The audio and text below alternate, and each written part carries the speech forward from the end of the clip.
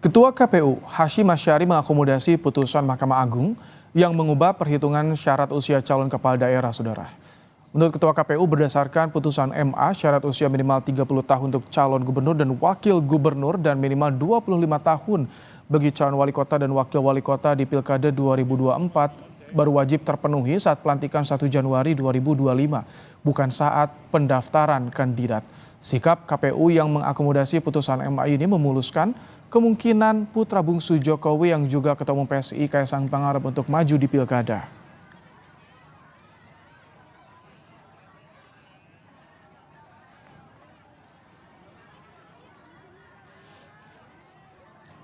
Keterpenuhan syarat usia calon harus telah genap berusia 25 tahun bagi calon bupati atau wali kota dan wakil bupati atau wakil wali kota, dan harus sudah genap berusia 30 tahun bagi calon gubernur dan wakil gubernur pada tanggal 1 Januari 2025. Ujar Ketua KPU Hashim Asyari, saudara.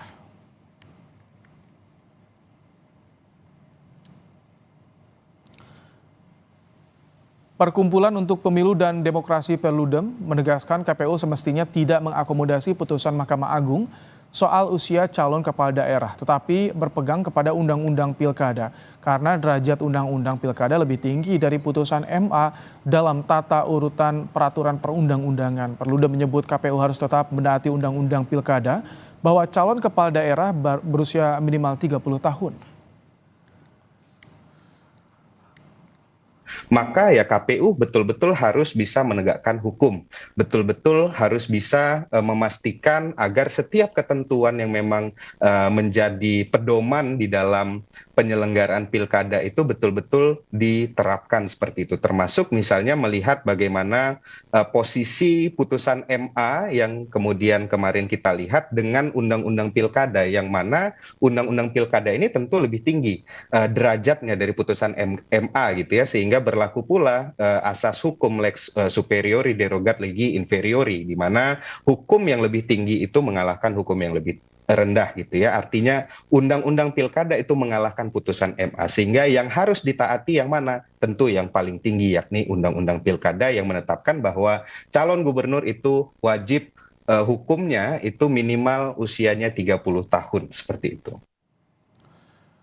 Lembaga Survei Indonesia merilis survei peta elektoral sementara di Jawa Tengah menjelang Pilkada 2024. Nama Ketua Umum PSI Kaisang Pangarep dan Kapolda Jawa Tengah Irjen Ahmad Lutfi berada di posisi teratas.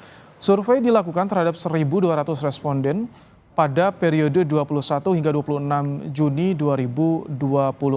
Wawancara responden dalam survei ini menggunakan metode telepon. Margin of error survei diperkirakan 2,8% pada tingkat kepercayaan 95%.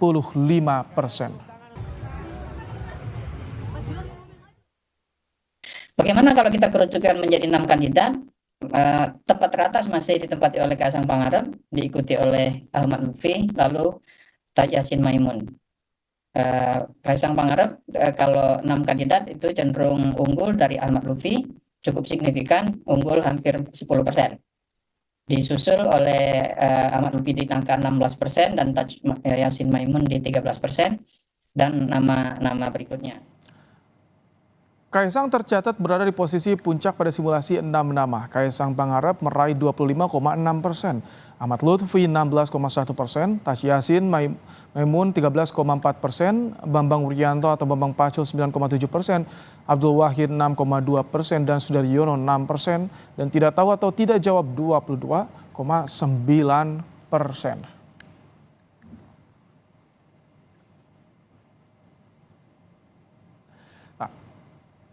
Tak hanya di Pilkada Jawa Tengah, saudara, nama Kaisang juga santer jadi kandidat di Pilgub Jakarta. Menko Bidang Kemaritiman dan Investasi Luhut Binsar Panjaitan membantah Jokowi sodorkan nama putranya Kaisang Pangarep untuk maju di Pilkada Jakarta. Luhut menyatakan Jokowi tidak pernah ikut campur.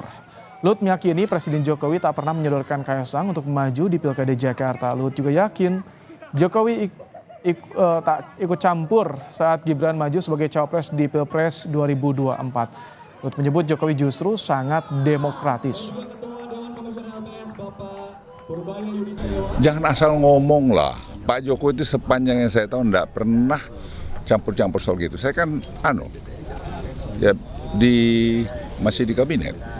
Orang nyuruh bilang-bilang sama soal nyolek-nyolek Gibran. Mana pernah ngomong soal Gibran untuk jadi wakil presiden? Nggak pernah. Nggak apa. Presiden itu saya lihat sangat demokratis. Itu yang saya masih bertahu. Sangat demokratis. Menurut saya maaf. Kadang-kadang terlalu demokratis juga menurut saya. Karena mungkin saya tentara ya. Saya nggak tahu ya. Tapi beliau sangat dengerin semua. Tapi pengamat bilang kayak Pak Jokowi akan cawe-cawe di pilkada, itu nggak benar ya? Nggak ada lah. Ngapain beliau cawe-cawe? Tapi memang kamu mau cari mana approval rating, udah mau selesai presidensinya masih berapa tuh? 75. Ya, 2 presiden Amerika dikumpulin approval ratingnya masih menang Pak Jokowi. Komisi Pemilihan Umum mengakomodasi putusan Mahkamah Agung soal penghitungan batas usia calon kepala daerah. Padahal sidang uji materi syarat usia calon kepala daerah akan disidangkan di Mahkamah Konstitusi Selasa besok. Apakah ini karpet merah bagi putra bungsu Jokowi di Pilkada 2024, Saudara? Kita akan bahas sudah bersama dengan Bivitri Santi, dosen STI Jentera Indonesia, Hendar Samaranto, korelawan pendukung Prabowo yang juga Ketum Lingkar Nusantara, dan Yus Kenawas, peneliti LSI. Selamat sore, Mbak Bivip, Bang Hendar Sam, Bang Yus. Selamat sore. Balik. Bang Yus, ini soal tingginya elektabilitas Kaisang di Jawa Tengah. Apakah ini bisa lihat ada pengaruh atau faktor Jokowi efek? Bagaimana menurut Anda yang temuan LSI-nya? Ya, menurut temuan LSI, survei LSI yang kami rilis kemarin, memang faktor Jokowi efek di Jawa Tengah itu cukup kuat karena saat kami cek ke 2 nama yang diasosiasikan dengan Presiden Jokowi, yakni Ahmad Lutfi dan kemudian Kaisang Pangarep, approval masyarakat yang menyetujui dengan kinerja Jokowi, yang memiliki kinerja Jokowi bagus dan puas terhadap kinerja Jokowi, itu berpindahnya kedua kandidat tersebut atau kedua sosok tersebut, Ahmad Lutfi dan Kaisang Pangarep, utamanya kepada Kaisang Pangarep karena memang ada asosiasi yang kuat antara Kaisang dengan Presiden Jokowi, seperti itu, Mas. Oke, ada efek Jokowi di elektabilitas Kaisang Pangarep yang saat ini tertinggi nih di Jawa Tengah. Mbak Bivip, bicara soal KPU nih, tak tunggu MK, KPU akomodir putusan MA. Apakah ini menurut Anda langkah KPU terkesan mendahului karena gugatan di MK masih berjalan nih, Mbak Bivip, soal usia di pilkada ini, syarat usia pilkada? Iya, menurut saya ini langkah yang sangat kelihatan sangat politis ya oleh KPU, dan ini kan sebenarnya bukan pertama kali KPU seperti ini. Dan kita bisa melihat tebang pilihnya karena sebenarnya dalam beberapa perkara, termasuk perkara yang juga saya ikuti soal keterwakilan perempuan, itu kami menang di Mahkamah Agung juga terhadap peraturan KPU juga, tapi sama sekali tidak ditindaklanjuti. Nah, sementara situasi yang sekarang perkaranya persis sama, padahal pun ada perkara di Mahkamah Konstitusi untuk memastikan sebenarnya apa yang harusnya ditafsirkan dari pasal di Undang-Undang Pemilu tadi, tapi malah mengeluarkan lebih dulu kebijakannya. Dan menurut saya, Mas Ibrahim, sebenarnya ini tidak masuk akal karena KPU jangan lupa tugasnya adalah soal dalam konteks yang sekarang pendaftaran calon. Kalau kita lihat di Undang-Undang Pemilu, bunyi pasalnya adalah syarat calon. Jadi seharusnya pada saat mendaftar. Dan tidak masuk akal yang kedua adalah jangan lupa bahwa kita sekarang berbicara soal bagaimana rezim pengaturan mengenai pencalonan. Mulai dari Pilpres itu selalu yang namanya usia dihitungnya oleh KPU pada saat pendaftaran calon. Bahkan bukan hanya KPU nih, kalau pendaftaran calon KPK, calon BPK, apapun namanya usia calon pasti pas pendaftaran. Baru sekarang ini tiba-tiba ditentukan per tanggal tertentu. Jadi sangat kelihatan dipaksakannya. Dengan beberapa kejanggalan yang tadi Anda sampaikan, apakah Anda menduga ini ada campur tangan Jokowi? Kalau sampai di situ, saya kira kita harus cari dulu harusnya. Kalau beda dengan putusan 90 kemarin yang di MK, itu kan sudah ada putusan MK-MK-nya. Tapi tentu saja kalau kita sekarang berpikir jangan-jangan ini ada campur tangan lagi, sangat mungkin. Walaupun mungkin tidak langsung.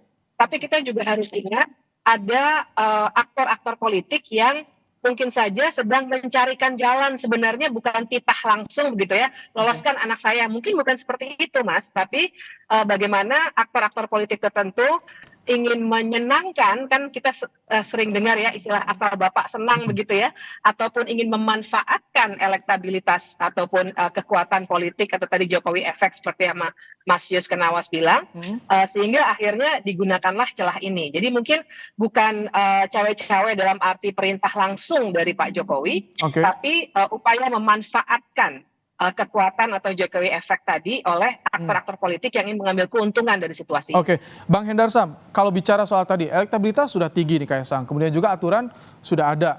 Apakah ini bisa jaminan untuk memuluskan langkah Kaisang nanti kalau ikut di pilkada sebagai cagup atau cawagup, Bang Hendarsam? Ya bisa juga tiga. Bahwa harus dilihat dari dua aspek tadi kan. Aspek pertama adalah aspek hukumnya itu sendiri, apakah memenuhi syarat atau tidak. Makanya tadi kan Mbak Bivit ya kan menjelaskan dari sisi yang lain, ya ada aspek hukum dan aspek politiknya juga seperti apa. Saya juga punya pandangan yang cukup berbeda dengan Mbak Bivit tentang masalah itu, bahwa kalau ada ada challenging tentang masalah putusan MA ini sendiri ya saat ini dilakukan di Mahkamah Konstitusi, sebagaimana kita ketahui bahwa setiap proses hukum ya kan yang ada di peradilan, baik itu di pengadilan negeri atau bahkan di Mahkamah Konstitusi, itu tidak akan mencegah suatu pelaksanaan putusan yang sudah dianggap final seperti itu kan. Nah, seperti itu, kalau tidak itu semua tidak akan selesai menunggu sampai kapan. Kalau selesai ditunggu putusan, kita ambil analogi kalau berandai-andai menunggu putusan MK. Ternyata putusan MK sendiri malah menguatkan putusan MA itu tersebut. Kemudian ada lagi gugatan, nggak selesai urusan ini. Nah, oleh karena itu ya tentu saja KPU selaku pelaksana daripada undang-undang dan Bawaslu harus menindaklanjutinya tersebut dengan membuat suatu peraturan KPU ya. Nah, itu yang pertama. Yang kedua juga saya harus juga melihat dari landasan filosofisnya itu sendiri. Kalau dikatakan bahwa putusan MA itu dianggap tidak wajar dan lain sebagainya kan gitu ya. Nah, usia 30 tahun itu ya kan adalah usia yang secara filosofis kan dianggap matang untuk melakukan suatu pekerjaan mandat ya yang dalam menjalani suatu amanat sebagai gubernur terpilih seperti itu kan. Nah gitu. Nah, itu dimulainya sejak kapan ya kan? Ya, matangnya itu sejak usianya 30, dan usia 30 itu kapan ya? Sejak dia bekerjanya kapan ya? Sejak dia dilantik, bukan sejak dia mendaftarkan, kurang lebih seperti itu. Ya. Kami tangkap. Mbak Bivit, ada yang ingin ditanggapi, tadi ada perbedaan pandangan yang disampaikan Bung Hendarsam soal putusan ini. Iya, saya kira kan kita tidak sedang memperdebatkan apakah usia 30 itu matang atau tidak. Bahkan yang kita harus lihat adalah perbedaan antara apakah tanggal 1 Januari atau sebagaimana seharusnya yaitu 22 September, bedanya itu hanya 3 bulan. Tapi kok iya, pas banget 3 bulan itu sesuai dengan ulang tahunnya anaknya Pak Jokowi. Sebenarnya kan yang membuat masyarakat itu mempertanyakan kan dalam konteks itu. Jadi saya kira bukan kita lagi tidak memperdebatkan apakah sebenarnya 30 atau kurang 30 kurang 2 bulan itu belum matang atau tidak. Tapi pertanyaan besarnya kenapa? Kenapa untuk putusan yang ini, justru untuk putusan MA yang ini, KPU begitu tanggap, begitu responsif, tapi untuk putusan-putusan MA yang lain seperti keterwakilan perempuan, KPU diam saja. Kan artinya bukannya kita harus sekedar menunggu putusan MK, tapi sesungguhnya secara prinsip, kalaupun tidak ada perkara di Mahkamah Konstitusi, ini adalah jenis putusan yang tidak wajib dilaksanakan oleh KPU sebenarnya. Tapi karena ada MK, ya kita kemudian berpikir soal bagaimana menunggu putusan MK. Tapi sebenarnya secara prinsip ini juga tidak usah diikuti oleh KPU karena melanggar hukum sebenarnya. Sudah diakomodasi oleh KPU putusan Mahkamah Agung ini, Bang Yus, bagaimana kedepannya soal otak-atik hitungan nih Kaisang di Pilkada 2024? Bagaimana nanti parpol siapa yang paling memungkinkan mengusung Kaisang dan seberapa kuat sih Jokowi efek nanti ketika Kaisang jadi di Pilkada? Ikut di Pilkada?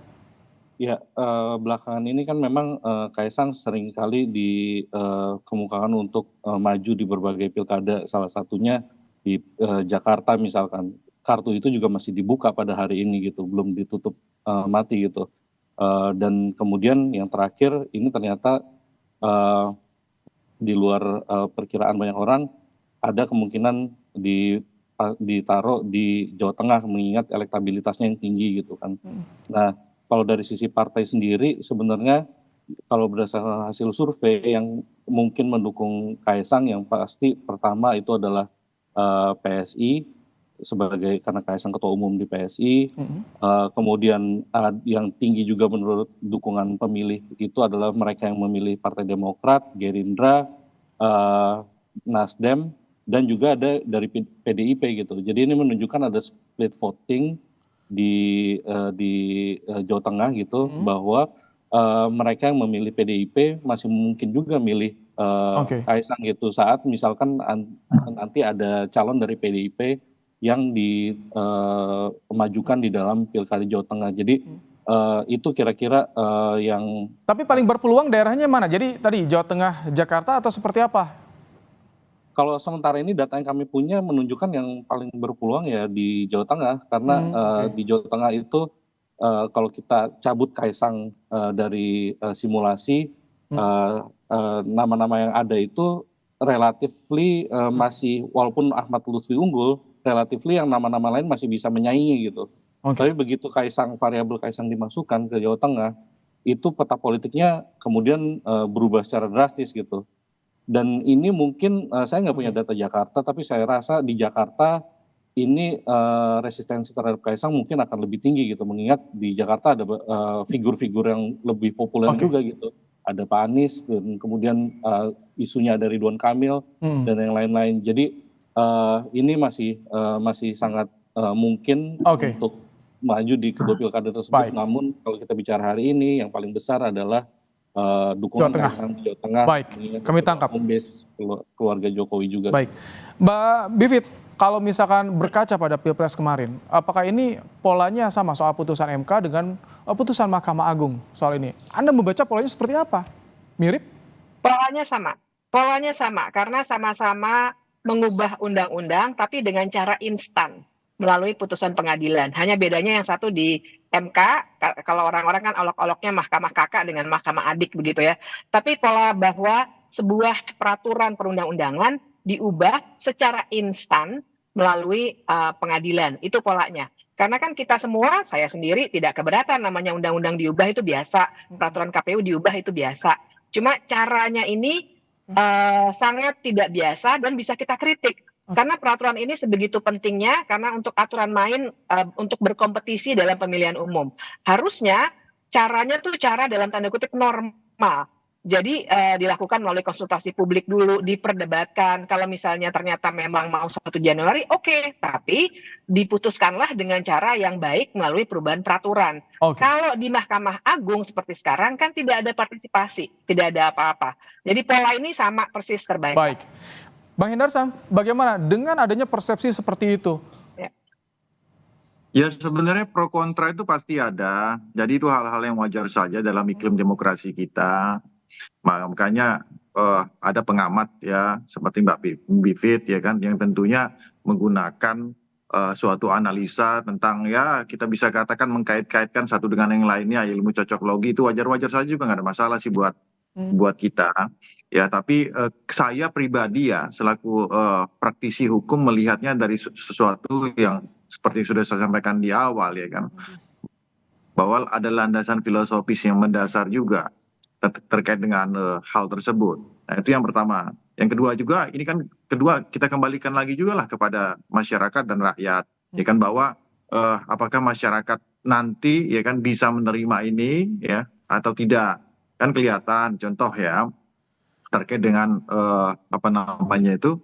Pilpres 2024 kemarin ya kan, berisik sekali tentang masalah putusan MK nomor 90 ya, yang akhirnya Mas Gibran dapat mencalonkan diri dan ternyata ya mayoritas masyarakat 58% lebih itu malah mendukung Mas Gibran dan Pak Prabowo ya. Jadi artinya apa yang disampaikan oleh teman-teman yang tidak sepakat dengan hal tersebut, itu kan tidak beresonansi langsung dengan keinginan publik, dengan suara publik, dengan suara dan nurani masyarakat seperti itu kan. Jadi biar saja kami sih tetap bahwa melihat bahwa hal ini merupakan Ini tak akan suatu, mengganggu soal pembahasan Kaisang untuk dicalonkan di pilkada dengan adanya persepsi seperti ini, Bang Hendarsam? Iya, tidak lah, saya rasa tidak ya. Ya kan, ini terbukti dengan Mas Gibran ketika dulu dihebohkan mencalonkan diri ya, dikait-kaitkan dengan putusan MK nomor 90 ya kan, terkait dengan masalah pencalonannya, ya ternyata enggak, hebohnya malah menang telak 58% tuh ya. Jadi kan nggak ada yang perlu dikhawatirkan juga sebenarnya. Justru kita melihatnya dari sisi yang lainnya, kenapa juga harus khawatir apabila memang dianggap bahwa putusan MA ini ya kan memang itu seperti yang dituduhkan tadi kan oleh Mbak Pipit ya, atau seperti diduga Pipit tadi. Jadi nggak perlu juga kita sampai heboh-heboh seperti itu. Kalau ya. tadi bicara soal sama dengan apa yang terjadi di Gibran, apakah Anda setuju juga dengan poin kalau pola ini tadi yang disampaikan Mbak Bivip sama dengan yang terjadi Pilpres, polanya sama? Ya, enggak, poin itu logikanya enggak. Logikanya juga kan nggak masuk. Yang gugat ini namanya ada Partai Garuda gitu loh. Ya kan, kita nggak tahu Partai Garuda ini kan mempunyai misi tertentu ya kan, dia bisa mencalonkan diri, bisa mencalonkan kader-kadernya nanti di beberapa daerah ya. Jadi ilmu cocok logi seperti ini yang kita kadang-kadang agak gimana melihatnya ya. Ini kan Partai Garuda, apakah itu Partai Garuda dengan Mas Kaisang contohnya seperti itu? Kan jauh sekali gitu loh. Ya kan, untuk melihat hal itu gitu. Baik, Mbak Bivip, bagaimana impact yang bisa Anda baca ketika tadi tak terpengaruh soal pembahasan pencalonan Kaisang dengan aturan ini? Iya, izinkan saya klarifikasi dulu ya, bahwa sebenarnya itu bukan ilmu cocok logi. Maaf, tadi sedikit baterai saya hampir habis soalnya. Sebenarnya itu bukan ilmu cocok logi, tapi itu namanya analisis politik hukum. Jadi bukan mencocok-cocokkan, nyatanya sudah terbukti juga di Majelis Kehormatan MK. Nah, tapi intinya begini, yang kita harus baca juga adalah satu, Partai Garuda itu juga sebenarnya jadi pemohon yang memang bagian tidak ditolak, tapi kan dalam putusan 90 di MK itu ada 7 permohonan. Salah satunya memang Partai Garuda. Jadi untuk membaca aktor saja kita sudah bisa melihat satu pola begitu ya. Dan kemudian saya kira memang berbeda pandangannya antara Mas Hendarsam dengan saya, karena kalau saya ingin mengajak semua orang melihatnya lebih jernih, bahwa yang namanya pemilihan umum itu bukan cuma hasil, tapi juga proses. Jadi tentu saja bagi Mas Hendarsam maupun pihak-pihak yang mendukung Gibran ataupun nanti mungkin Kaisang tidak menjadi masalah karena ini adalah pihak yang diuntungkan.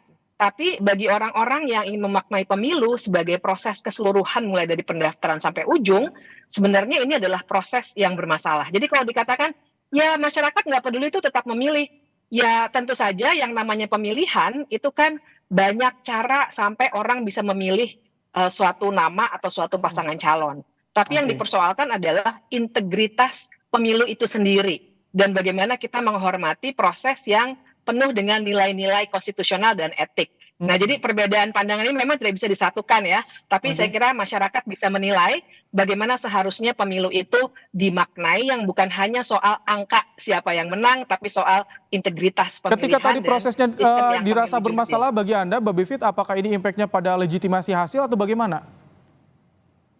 Nanti akan punya dampak pada legitimasi politik yang barangkali Mas Yus Kenawas yang bisa mengelaborasi lebih jauh. Kalau kita hanya berbicara hukum dalam arti yang legal, ya tidak ada yang bisa dilakukan. Tapi kan kita harus melihat pemilu ini bukan sekedar proses hukum, tapi juga proses politik yang ada urusannya dengan legitimasi dan nilai-nilai konstitusionalisme. Nah itu yang saya kira akan mempengaruhi tentu saja Mas Ibrahim, proses pencalonan yang dibengkokkan secara tidak etis ini pada hasilnya dalam konteks legitimasi politik. Oke, Mbak Hendarsam, kami ingin tahu kalau dari Partai Kim saat ini seperti apa sih pembahasannya, aturan sudah ada nih, kemudian juga elektabilitas sudah tinggi nih Kaisang, seperti apa sih pembahasan Kaisang? Ya sebenarnya memang ini sesuatu yang menarik apa yang dirilis oleh LSI tentang elektabilitas Mas Kaisang di Jawa Tengah ya, seperti itu. Nah, yang pasti kan gini, bahwa pilkada di 2024 ini kan menarik ya. Menariknya itu karena dilakukan secara serentak. Dan oleh karena itu di saat yang juga mengusung Pak Prabowo dan Gibran. Ini tidak linier sebenarnya ya, walaupun harusnya idealnya linier. Prabowo Gibran ya kan untuk menuntaskan seluruh program-programnya yang harus dijawantahkan kepada kepala-kepala daerah di seluruh Indonesia kan gitu ya kan, harusnya sampai ke daerah itu kan kalau secara idealnya memang harus terus berkoalisi sampai ke bawah kan, ke pilkada-pilkada, tapi ternyata kan enggak. Jadi seperti itu, enggak semuanya seperti itu ya kan. Maka yang dilihat kan harus ada bahwa kita melihatnya juga bahwa kalau kami pribadi ya kan selaku pendukung Pak Prabowo ini adalah imam politik kami ya, dari lisan seperti itu. Dan kami sangat percaya bahwa beliau akan menentukan sikap yang bijak terkait dengan hal tersebut. Saya ambil contoh yang nggak usah jauh-jauh ya, orang ribut tentang masalah Pak Prabowo bergabung ke pemerintahan ya kan, dan menjadi menhan. Ternyata bergabungnya Pak Prabowo ke pemerintahan dan menjadi menhan ini menjadi sesuatu yang positif bagi Indonesia ya kan, merekatkan kembali ya kan dari kubu kedua belah pihak, dan yang pasti prestasi Pak Prabowo selaku menhan ternyata bisa menghantarkan beliau menjadi presiden terpilih. Nah, hal-hal seperti ini kadang-kadang singkat saja Bang Hendra Sam. Jadi soal kaitan dengan pilkada nanti artinya ada keputusan yang akan ditentukan oleh Ketua Umum Gerindra seperti itu untuk ya sudah pasti kita menunggu. Makanya tadi Bang Muzani, Pak Dasko juga tentunya sudah mengantongi nama ya kan untuk di DKI dan Jawa Tengah, tapi nama aja itu kami tangkap Bang Hendra Sam. Kita percaya sekali dengan hal tersebut. Pak Prabowo akan berikan suatu kami tangkap. Ini durasi kita terbatas sore hari ini, tapi menarik bicara soal elektabilitas Kaisang dan juga aturan yang sudah disampaikan oleh KPU soal putusan Mahkamah Agung usia calon kepala daerah hari ini. Terima kasih untuk pandangannya Bung Hendar Samarantoko, Mbak Bivitri Susanti dan juga Bang Yus Kenawas telah bergabung di program Kompas Petang sore hari ini.